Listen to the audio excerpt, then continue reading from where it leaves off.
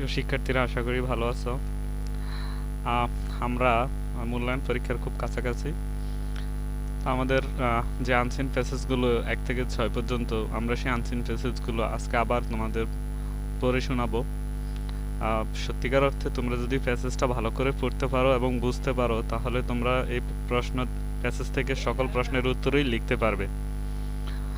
Unseen passage 1 আমরা পড়তেছি, মনোযোগ দিয়ে শোনো। দ্য স্ট্রেঞ্জার, আগন্তুক, ছিল really A magician.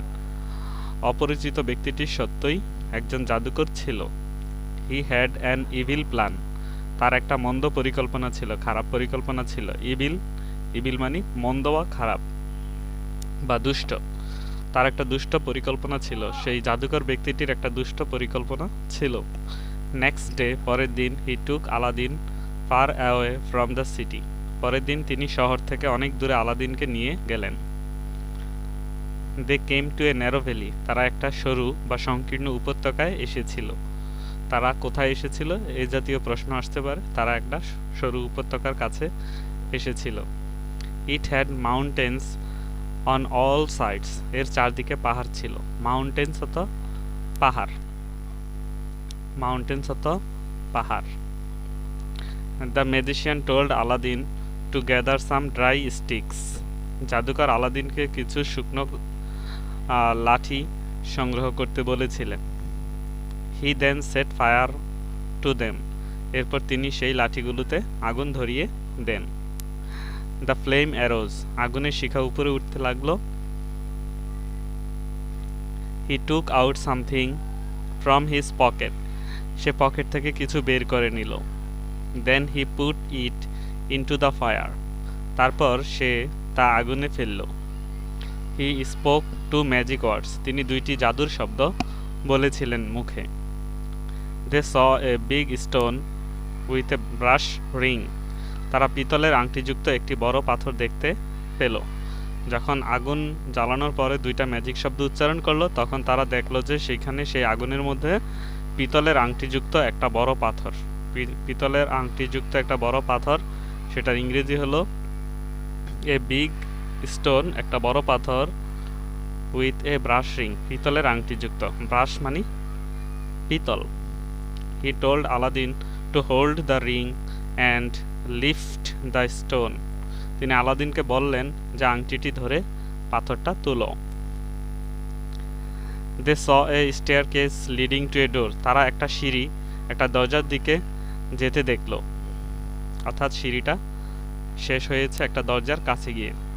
The magician then said, জাদুকর তখন বলল, go down stairs and open the door, নিচে গিয়ে দরজাটা খোলো।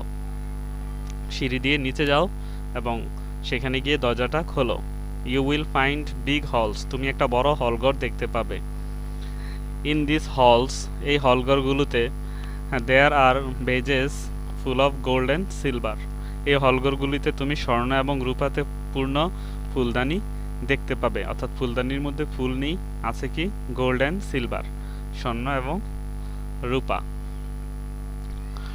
ডু নট টাচ দ্যাম, সেগুলো স্পর্শ করবে না। জাস্ট গো এহেড, শুধু সামনে এগিয়ে যাবে। You will find a garden, তুমি একটা বাগান খুঁজে পাবে। There you can see a lamp, সেই বাগানেই তুমি একটা প্রদীপ দেখতে পাবে। ব্রিং মি দ্য ল্যাম্প, আমাকে প্রদীপটি এনে দাও। ব্রিং আনো, মি অর্থাৎ আমাকে এনে দাও, দ্য ল্যাম্প প্রদীপটি। গো যাও। Aladdin did as the magician told him, জাদুকর যেমনটি বলল আলাদিন সেভাবেই তা করল। ইন দ্য গার্ডেন, বাগানে, হি স রিচ জুয়েলস, সে রিচ মানে দামি, জুয়েলস মানে অলংকার বা গহনা, হ্যাঙ্গিং ইন দ্য ট্রিস, বাগানে সে দেখতে পেল গাছগুলিতে দামি গহনাগুলি ঝুলছে। Aladdin took some and put them in his pocket, আলাদিন কিছু নিয়ে সেগুলি পকেটে রাখলো। সেই দামি গহনাগুলির মধ্যে যেগুলো গাছে ঝুলছিল সেগুলোর থেকে কিছু নিয়ে সে পকেটে রাখলো। He also took the lamp, সে প্রদীপটিও নিল।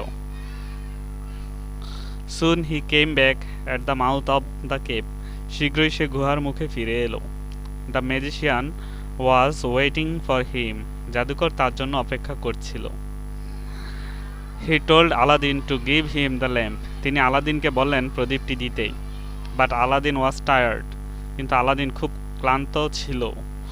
সো হি সেড, তাই সে বলল, please sir pool me up first, যে দয়া করে জনাব আমাকে আগে টেনে তুলুন, নিচের গুহা থেকে উপরে আগে আমাকে টেনে তুলুন। Then I will give you the lamp, তাহলে আমি আপনাকে প্রদীপটি দেব। The magician was very angry, জাদুকর খুব রেগে গেলেন। He spoke two magic words and the door of the cave closed, তিনি দুইটা জাদু শব্দ বললেন এবং গুহার দরজাটা আবারও বন্ধ হয়ে গেল। শিক্ষার্থী বন্ধুরা, গল্পের ভিতরে যে তথ্যগুলো, গুরুত্বপূর্ণ যে তথ্যগুলো আছে, মূলত সেখান থেকেই কোশ্চেন আসে।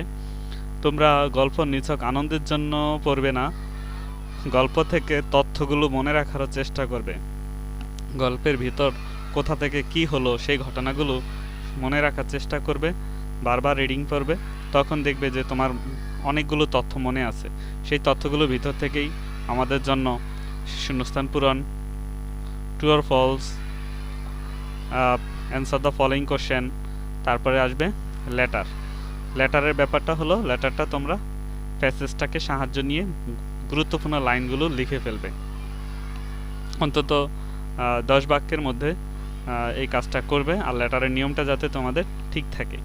এরপর আমরা আনসিন প্যাসেজ 2 পড়ায় মনোযোগ দিই।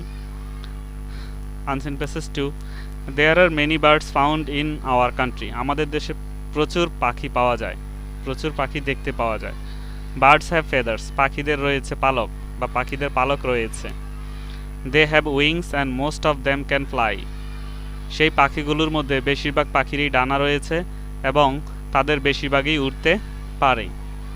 The penguin and the ostrich are two of the few birds which can not fly, এমন কয়েকটা পাখির মধ্যে দুইটা পাখি, একটা পাখির নাম হলো পেঙ্গুইন আর একটা পাখির নাম হলো অস্ট্রিচ, এই দুইটা পাখি কী করতে পারে না? ক্যান নট ফ্লাই, উড়তে পারে না। They are not found in Bangladesh, এগুলোকে বাংলাদেশে দেখতে পাওয়া যায় না। The humming birds are the smallest birds in the world, humming bird পৃথিবীর সবচেয়ে ছোট পাখি।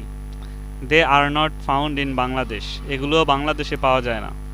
The crow, the sparrow, the doel, the shalik, the kingfisher are the common birds of Bangladesh. কাক, চড়ুই, স্প্যারো মানে চড়ুই, দোয়েল অর্থাৎ দোয়েল, শালিক এটার নাম শালিকি, কিংফিশার এটা মাছরাঙা, বাংলাদেশের সবচেয়ে পরিচিত পাখি, কমন বার্ডস, একদম সাধারণ পাখি মানে পরিচিত পাখি। তাহলে বাংলাদেশের পরিচিত পাখিগুলোর নাম হলো ক্রো, স্প্যারো, দোয়েল, শালিক, কিংফিশার। এরপরে আছে who also see cuckoo in the spring, আমরা বসন্তকালে কোকিল দেখতে পাই। Its voice is very sweet, এর কণ্ঠস্বর খুব মিষ্টি। তাহলে এখানে প্রশ্ন আসতে পারে যে কোন পাখিটির কণ্ঠস্বর খুব মিষ্টি, তাহলে আমরা বলবো পাখিটার নাম হলো কুকু। That's why people like and love this bird most, এই কারণে মানুষ এই পাখিটিকে পছন্দ করে এবং ভালোবাসে। Parrots and Moyna can talk, দুইটি কথা বলা পাখির নাম, একটা পাখি হলো প্যারটস আর একটা পাখি হলো ময়না। টিয়া এবং ময়না কথা বলতে পারে। People keep this birds as pets, মানুষ এই যে দুইটা পাখি প্যারটস এবং ময়না, এই দুইটা পাখিকে কি হিসেবে রাখে? পোষা প্রাণী হিসেবে পালে বা রাখে। They keep them in cages, তারা তাদের খাঁচায় রাখে, এই পাখিগুলোকে তারা খাঁচায় রাখে। Birds are not happy in cages, খাঁচায় পাখি কি হয় না? খুশি হয় না। Birds are warm blooded, warm মানে উষ্ণ, ব্লাডেড মানে রক্ত, তো পাখিরা উষ্ণ রক্তের প্রাণী। Most birds are very light, বেশিরভাগ পাখি খুব হালকা হয়। দেয়ার বডিজ আর শেপড লাইক অ্যারোপ্লেনস, তাদের দেহগুলি বিমানের মতো, অর্থাৎ বিমানের আকারটা যেমন পাখিদের আকারটা তেমনই। বার্ডস হ্যাভ স্ট্রং উইংস, পাখিদের রয়েছে স্ট্রং মানে খুবই শক্ত উইংস ডানা, অ্যান্ড মাসল চেস্ট এবং মাসলস মানে পেশি, চেস্ট মানে বুকের, পাখিদের বুকের পেশিগুলো খুবই শক্ত ডানা রয়েছে এবং চেস্ট মাসলস রয়েছে, অর্থাৎ বুকের যে পেশি সেই পেশি রয়েছে শক্ত। অ্যান্ড ভেরি লাইট হলো বোনস, আর তাদের হাড়গুলো খুবই হালকা। হলো হলো মানে ভিতরটা ফাঁকা থাকে, হাড়ের ভিতরটা ফাঁকা হওয়ার কারণে হাড় তেমন ভারী হয় না। This help the birds fly, আর এগুলোই পাখিদের উড়তে সাহায্য করে। After a male and female bird mate, একটা পুরুষ এবং স্ত্রী পাখি মিলিত হওয়ার পরে, মেট মানে মিলিত হওয়ার পরে, দে বিল্ড তারা তৈরি করে এ নেস্ট একটি বাসা। বার্ডস বিল্ড দেয়ার নেস্ট, পাখিরা তাদের বাসা তৈরি করে in all kinds of places, সকল ধরনের জায়গায়। Usually the nest are high up in trees, সাধারণত গাছের উঁচুতেই বেশি বাসাগুলো তৈরি করে। সাম বার্ডস, কিছু পাখি রয়েছে যেমন স্প্যারো, চড়ুই পাখিরা, build their nest in walls and cliffs. হ্যাঁ, কিছু পাখি যেমন চড়ুই তাদের বাসা তৈরি করে দেয়াল এবং পাহাড়ের ঢালগুলিতে। দ্য কুকু does not build a nest, কোকিল পাখি কি করে না, বাসা বানায় না। দ্য ফিমেল কুকু, নারী বা মহিলা বা স্ত্রী কোকিল, লেইস পারে, হার এক্স তার ডিমগুলো পারে, ইন ক্রোস নেস্ট কাকের বাসায়। ক্রোস মানে কাকেদের বাসায়।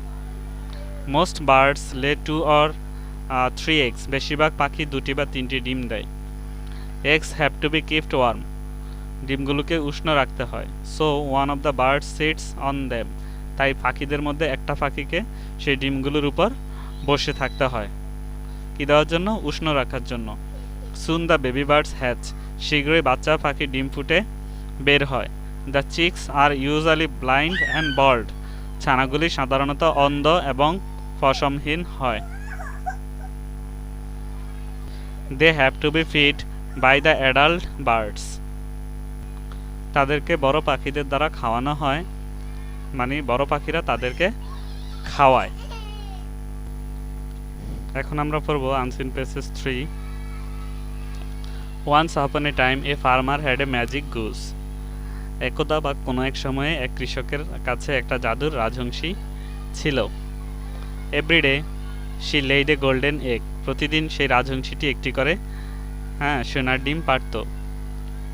The farmer sold the egg at a good price in the market and got enough money, কৃষক বাজারে ভালো দামে ডিম বিক্রি করে প্রচুর টাকা পেতেন। ইন কোর্স অফ টাইম, সময়ের সাথে সাথে দ্য ফার্মার বিকেম রিচ, কৃষক ধনী হয়ে গেল বা ধনী হয়ে উঠল। ধনী হওয়ার কারণে he built a large house, সে একটা বিশাল বাড়ি তৈরি করলেন। He lived there with his wife and children, সেখানে তিনি স্ত্রী এবং সন্তানদের নিয়ে থাকতেন। They had good food to eat, তাদের খাওয়ার জন্য ভালো খাবার ছিল। They had fine clothes to wear, তাদের পরনের জন্য সুন্দর পোশাক ছিল। Thus they passed their days in peace, এভাবে তারা শান্তিতে তাদের দিন পার করতে লাগলো। সাডেনলি ওয়ান নাইট, হঠাৎ এক রাতে, এ উইকেড আইডিয়া, একটা দুষ্ট ধারণা, মন্দ চিন্তা, came to the farmer's mind, কৃষকের মনে আসলো। হি থট দ্যাট, তিনি ভেবেছিলেন যে, he could be very rich, তিনি খুব ধনী হতে পারবেন, by taking out all the golden eggs from the body of the goose, যে রাজহংসীর দেহ থেকে তিনি সমস্ত সোনার ডিম বের করে তিনি খুব একসাথেই খুব ধনী হয়ে যেতে পারবেন। দ্য নেক্সট মর্নিং, পরের দিন সকালে, the farmer killed the goose with a big knife, পরদিন সকালে কৃষক একটি বড় ছুরি দিয়ে রাজহংসীটিকে হত্যা করল। হোয়েন হি টোর হার বডি ওয়াইড ওপেন, যখন তিনি তার দেহটি প্রশস্তভাবে ছিঁড়ে ফেলল, ছুরি দিয়ে কেটে ফেলল, he found that there were no eggs inside, তিনি দেখতে পেলেন যে ভিতরে কোনো ডিম নেই। হি ওয়ান্টমেন্ট, তিনি পাগল হয়ে গেলেন, উইথ মিজারি, কষ্টে, মিজারি মানে কষ্ট, কষ্টে তিনি পাগল হয়ে গেলেন। বিকজ, কারণ, দ্য গুজ ওয়াজ ডেড, কারণ তখন রাজহংসীটি মারা গিয়েছে। And he would not get golden eggs anymore, এবং তিনি আর সোনার ডিম পাবেন না। এই কষ্ট এবং দুঃখে তিনি পাগল হয়ে গিয়েছিলেন। আনসিন প্লেসেস 3টাও খুব মনোযোগ দিয়ে পড়বে। আসলে গল্পটার ভিতরে যে তথ্যগুলো আছে সেই তথ্যগুলোই বারবার করে মনে রাখার চেষ্টা করবে। বাংলা অর্থসহ বারবার পড়বে যাতে গল্পটা তোমার মনে গেঁথে যায়। তো শিক্ষার্থী বন্ধুরা, আজকে আমরা আনসিন প্যাসেজ তিনটা আনসিন প্যাসেজ রিডিং শোনালাম। রিডিংগুলো খুব ভালো করে পড়বে আর তোমরা প্র্যাকটিসগুলো চালিয়ে যাবে। বিগত দিনে যে প্র্যাকটিসগুলো করছো, আগামীকাল আমরা বাকি তিনটা আনসিন প্যাসেজ পড়াবো। ভালো থাকবে তোমরা সবাই। আল্লাহ হাফেজ।